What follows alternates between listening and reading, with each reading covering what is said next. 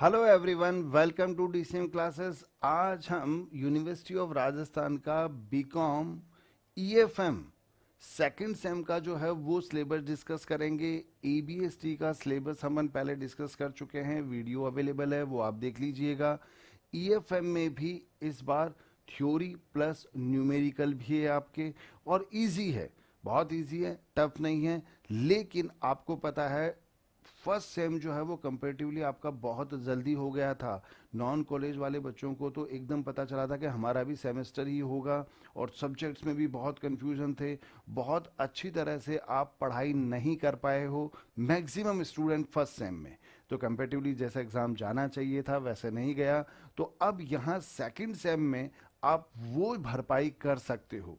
अच्छी तरह से पढ़ाई करो, अभी टाइम है, लेकिन टाइम इतना भी नहीं है कि अपन के भी हाँ डेट शीट आएगी उसके बाद में अपन सारी चीज़ देखेंगे। तो उसके भरोसे मत रहना, यूनिवर्सिटी अनएक्सपेक्टेड कभी भी एग्ज़ाम ले सकती है। अब मैं ये बना रहा हूँ, मिड फरवरी लगभग हो चुका है, आपके पास मार्च बचा है, अप्रैल मई में तो वो एग्ज़ाम लेंगे ही लेंगे। ठीक है, तो आपके पास केवल 2 महीने आप मान लीजिए, और कोई भी भरोसा नहीं है अप्रैल लास्ट में भी वो एग्ज़ाम ले लें। तो भाई आप हमेशा तैयार रखना। 2 महीने की प्रिपरेशन है। पेपर थोड़े से कंपेरेटिवली आपको पता है ज़्यादा हैं। से 3 सब्जेक्ट्स तो आपके कंपलसरी है, 3 आपके क्या है ऑप्शनल सब्जेक्ट है। 6 सब्जेक्ट से पढ़ने में टाइम लगता है, तो पढ़ाई अभी से शुरू कीजिएगा। यहाँ मैं आपको ओवरव्यू सिलेबस या सब्जेक्ट्स वगैरह बता देता हूँ। डिटेल में सिलेबस जो है आप यूनिवर्सिटी की साइट से डाउनलोड कर सकते हैं। कोई दिक्कत हो, समझ में नहीं आए, तो आप हमें व्हाट्सअप कर सकते हैं, तो हम आपको सेंड कर देंगे। चलिए, अब कौन कौन से सब्जेक्ट्स क्या होंगे वो मैं आपको बता देता हूँ। देखो, ईएफएम जो न्यू सिलेबस आपका 25 26 26 27 का आया था, उसके अंदर फर्स्ट सेम में 3 सब्जेक्ट आपके कंपलसरी थे, और 3 आपको क्या लेने थे, ऑप्शनल। ठीक है, ये तो चलो हो गया। अब यहां पर सेकंड सेम में अगर अपन बात करें तो देखिए, एक तो आपका कौन सा होगा, मैक्रो इकोनॉमिक एनालिसिस। ठीक है, फिर एक होगा आपका फाइनेंशियल एनालिसिस एंड कंट्रोल और रूरल मार्केटिंग। तो इसमें न्यूमेरिकल जो है फाइनेंशियल एनालिसिस एंड कंट्रोल है, पूरा थ्योरी बेसिस पे जाओगे तो दिक्कत हो जाएगी। न्यूमेरिकल है, मैक्सिमम आपका हो सकता है पढ़ा हुआ हो, आप पढ़ सकते हैं, बाकी कोई दिक्कत हो तो हम हैं ही यहाँ पर। फाइनेंशियल एनालिसिस, अब इसका सिलेबस वगैरह अपन देखेंगे कौन कौन से चैप्टर्स क्या होंगे। तो 3 सब्जेक्ट आपके कंपलसरी हैं, जिनमें एक न्यूमेरिकल है फाइनेंशियल एनालिसिस एंड कंट्रोल, बाकी मैक्रो इकोनॉमिक एनालिसिस और रूरल मार्केटिंग आपका थ्योरी है। अब बाकी 3 सब्जेक्ट आपको सेलेक्ट करने होते हैं, तो उसमें आपको पता है आपने फर्स्ट सेम में 3 ग्रुप अलग अलग बने हुए थे। एक आपका इकोनॉम ईए ग्रुप, एक एफएम ग्रुप और एक सीओ ग्रुप। आपने जो ग्रुप फर्स्ट सेम में सेलेक्ट किया था, आगे सेकंड थर्ड फोर्थ सेम में उसी ग्रुप में से 3 ऑप्शनल आपको सेलेक्ट करने पड़ेंगे। ग्रुप चेंज नहीं कर सकते, ये थोड़ा ध्यान रखना। अगर फर्स्ट सेम में आपने ईए ग्रुप में से लिया है, तो अब ईए ग्रुप ही आपका कंटिन्यू रहेगा, उसी में से 3 आपको सेलेक्ट करने हैं। अगर आपने एफएम ग्रुप लिया है, तो फिर आगे जितने भी आपके सेकंड थर्ड फोर्थ सेम है, एफएम ग्रुप से लेना पड़ेगा। ऐसे ही सीओ ग्रुप का है। अब 3 सब्जेक्ट जब सेलेक्ट करने हैं तो कौन से करेंगे, मैं सभी ग्रुप का बता देता हूं मैं आपको। यहां देखिए, सबसे पहले आपका मैंने बताया ना, ये ग्रुप इकोनॉमिक एडमिनिस्ट्रेशन ग्रुप था, एफएम ने फाइनेंशियल मैनेजमेंट ग्रुप था, और सीओ ने कॉपरेशन ग्रुप था।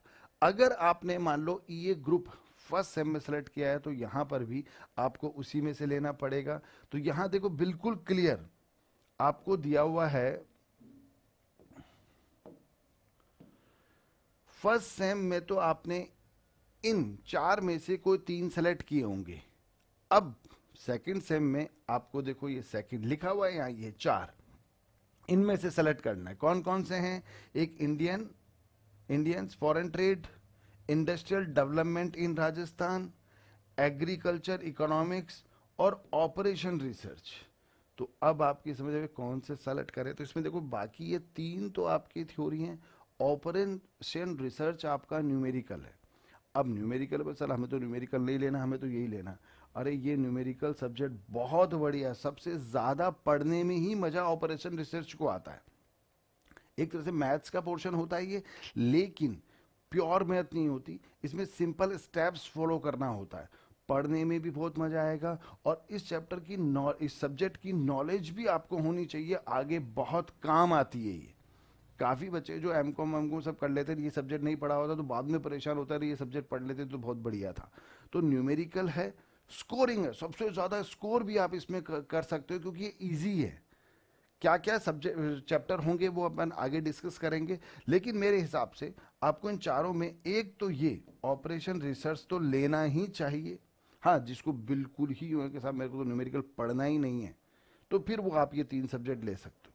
अच्छा, इन तीनों में डिटेल में आप सिलेबस थोड़ा सा देख लीजिएगा, कौन सा आपको इजी लगे। Indian foreign trade, industrial development in Rajasthan और एग्रीकल्चर इकोनॉमी, जो आपको इजी लगे वो आप ले सकते हो। ठीक है, सबका अलग अलग जो होता है वो रहता है कि सब मुझे, अब कई बोले मैं बता रहा हूँ बोलने में ऑपरेशन रिसर्च ले लो, लेकिन कई बोले कि नहीं साहब मुझे तो लेना ही थ्योरी है, तो ले सकता है, कोई दिक्कत नहीं है। बाकी अगर उसको थोड़ा बहुत भी न्यूमेरिकल में इंटरेस्ट है और पढ़ना चाहता है, नॉलेज लेना चाहता है, तो वो ये सब्जेक्ट सेलेक्ट कर सकता है। सिलेबस भी बहुत बड़ा नहीं है, सिलेबस भी इन सब में सबसे कम इसी का है। ठीक है, चलो ये बात तो हो गई किसकी, ईए ग्रुप की। एफएम ग्रुप में आऊं तो एफएम ग्रुप के अंदर ये देखिए, ये तो आपके थे फर्स्ट सेम के 4 सब्जेक्ट में से कोई 3 आपने सेलेक्ट करे होंगे, जिसमें क्वांटिटेटिव, टेक्निक, न्यूमेरिकल थी, लेकिन वो थोड़ा सा टफ था तो मैं खुद भी कह रहा था कि भाई आप चाहो तो इसको छोड़ दो, बाकी ये तीनों ले लो। लेकिन यहां पर 4 सब्जेक्ट में देखो, एक ऑपरेशन रिसर्च है, ये तो लेना ही चाहिए, बहुत इजी है और स्कोरिंग है, बिल्कुल सेम सिलेबस है, एफएम एफ और सीओ की कोई भी ग्रुप हो ये तो सेम है। अब बाकी 3 बचे, इसमें देखो ये भी कैपिटल एक्सपेंडिचर डिसीजन, ये भी न्यूमेरिकल है और इजी है कंपैरेटिवली, ये तो लेना ही चाहिए, इजी है, न्यूमेरिकल है लेकिन बहुत कुछ आपका पढ़ा हुआ है, इजी है।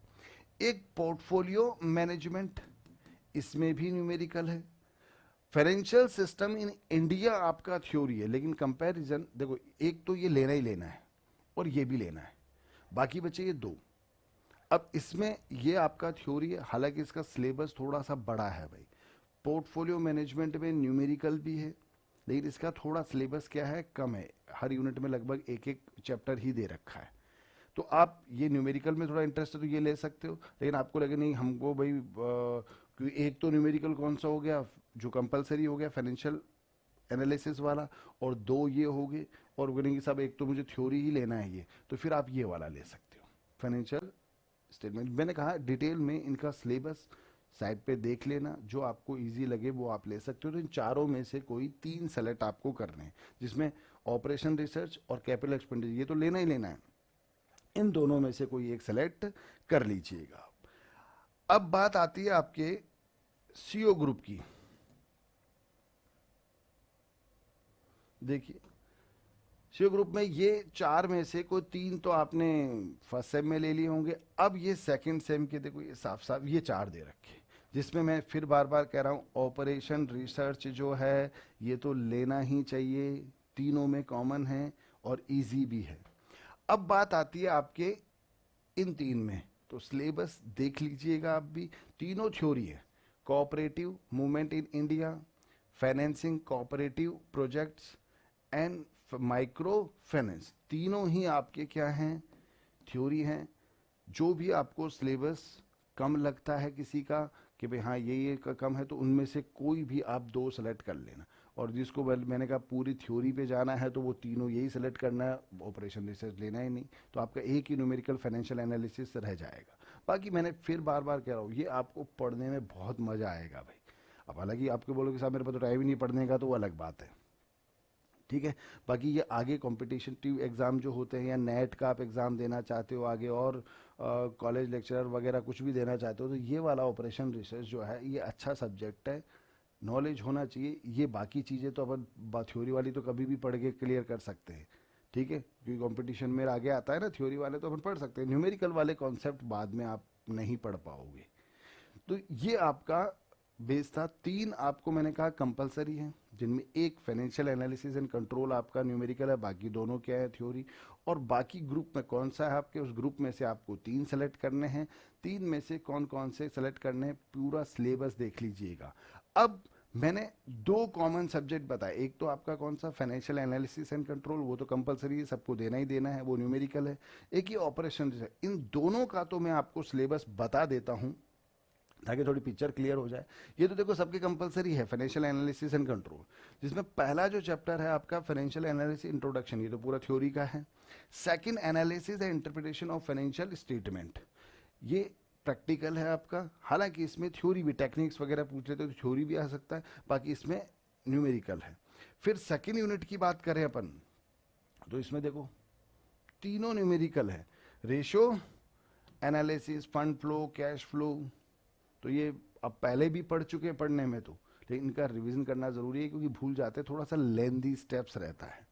थर्ड यूनिट में देखें तो फाइनेंशियल प्लानिंग है, कैपिटल स्ट्रक्चर एंड कैपिटलाइजेशन है, ऑपरेटिंग एंड फाइनेंशियल लिवरेज, ये भी आपका क्या है, न्यूमेरिकल है। फिर उसके बाद फाइनेंशियल फोरकास्टिंग, ये भी न्यूमेरिकल है, एक ही चैप्टर दे रखा फोर्थ पे भाई। फिर फिफ्थ के अंदर प्रोजेक्ट प्लानिंग, ये तो आपका थ्योरी है, ये तो थ्योरी है, लेकिन कॉस्ट वॉल्यूम प्रॉफिट एनालिसिस, जिसको ब्रेक इवन एनालिसिस भी बोलते हैं, वो आपका न्यूमेरिकल है। Management of income and profit, ये थ्योरी है। और डिविडेंड पॉलिसी, बोनस शेयर, क्या है आपका, न्यूमेरिकल है। कोई दिक्कत? ठीक है, तो ये सारा आपका जो है इजी है, पढ़ोगे तो इजियर स्कोरिंग है, और बिना न्यूमेरिकल के इसमें जाओगे तो थोड़ा सा गड़बड़ हो जाएगा भाई। पढ़ना, मैक्सिमम चीज़ें आपके बीकॉम वगैरह में पढ़ी हुई भी है, रिवाइज कर सकते हो, कोई बड़ी बात नहीं है। अब बात आती है ऑपरेशन रिसर्च, ये नया सब्जेक्ट है आपके लिए। ये मैंने कहा था बहुत मज़ा इसको पढ़ने में आता है, और स्कोरिंग है। सबसे पहला आपका क्या है, ऑपरेशन रिसर्च इंट्रोडक्शन, ये तो थ्योरी है भाई पहला वाला। तो सेकेंड यूनिट में आपके एलपीपी, लीनियर प्रोग्रामिंग प्रॉब्लम, जिसके अंदर फॉर्मुलेशन, जैसे आपको लैंग्वेज में गिवन होता है, उसके अपन क्या बनाते हैं, इक्वेशंस बनाते हैं वो। फिर इसमें दो मेथड होते हैं, ग्राफिकल मेथड होता है, सिंप्लेक्स मेथड होता है ये। फिर ट्रांसपोर्टेशन और असाइनमेंट, सारे न्यूमेरिकल ही है ना। फिर सेकेंड यूनिट में आपके एक तो गेम थ्योरी और क्वीन थ्योरी। अब असाइनमेंट मॉडल देखो यहां पर भी है, और आपके थर्ड यूनिट में भी दे रखा है। वैसे तो असाइनमेंट ट्रांसपोर्टेशन आपको सेकंड यूनिट में दे रखा है, लेकिन असाइनमेंट मॉडल आपके थर्ड में भी दे रखा है, इसलिए मैंने लिख दिया, क्योंकि वो हो सकता है भूल से लिख दिया हो, तो वो सेकंड में भी आ सकता है, थर्ड में भी आ सकता है। ठीक है, तो वो मैंने यहाँ पर दोबारा लिख दिया उसको। बाकी ये और ये दोनों चैप्टर सेम ही है भाई। फिर फोर्थ में सिंपल साइमुलेशन न्यूमेरिकल है, एक ही चैप्टर है।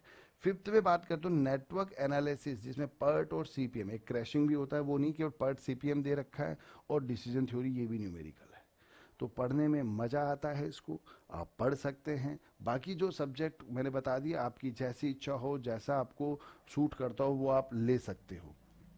बाकी न्यूमेरिकल सब्जेक्ट, तो थ्योरी सब्जेक्ट तो अवेलेबल नहीं है। न्यूमेरिकल सब्जेक्ट में अगर आपको पढ़ना है, कोई प्रॉब्लम है, तो ऑफलाइन ऑनलाइन दोनों क्लासेस क्या है, अवेलेबल है। ऑनलाइन क्लासेस अगर आप लेना चाहें तो डीसीएम क्लासेस की ऐप डाउनलोड कर लीजिएगा, स्टोर सेक्शन में आप जाएंगे, ठीक है, तो ये कोर्स आपको अवेलेबल हो जाएगा, आप देख लेना वहाँ पर। कुछ समझ में नहीं आया, ऐप डाउनलोड कर लेना, नहीं कुछ समझ में आता तो कॉल या व्हाट्सअप कर लीजिएगा, समझा देंगे। वहाँ सेपरेट दोनों सब्जेक्ट का कोर्स बना हुआ है, फाइनेंशियल एनालिसिस कंट्रोल का भी बना हुआ है, और आपके ऑपरेशन रिसर्च का बना हुआ है। ठीक है, तो आप ज़्यादा से ज़्यादा अपने फ्रेंड्स को भी ये शेयर कर दीजिएगा, ताकि उनको सिलेबस का नॉलेज हो जाए और पढ़ाई शुरू कर दे टाइम से। अदरवाइज फर्स्ट सेम में जैसे जल्दबाजी में पढ़ाई करी, टॉपिक नहीं मिले, सीरीज नहीं मिली, ये नहीं मिला, परेशान हुए थे, तो इसमें भी परेशान हो जाओगे। तो थोड़ा सा टाइम से पढ़ाई स्टार्ट करो, ताकि अपन फर्स्ट सेम में अगर कोई डैमेज हमें हुआ है तो हम यहाँ पर उसे रिकवर कर सकें। ठीक है, बाकी मैंने कहा कोई दिक्कत हो तो ये नंबर हैं, कॉल या व्हाट्सएप कर लीजिएगा। Thank you.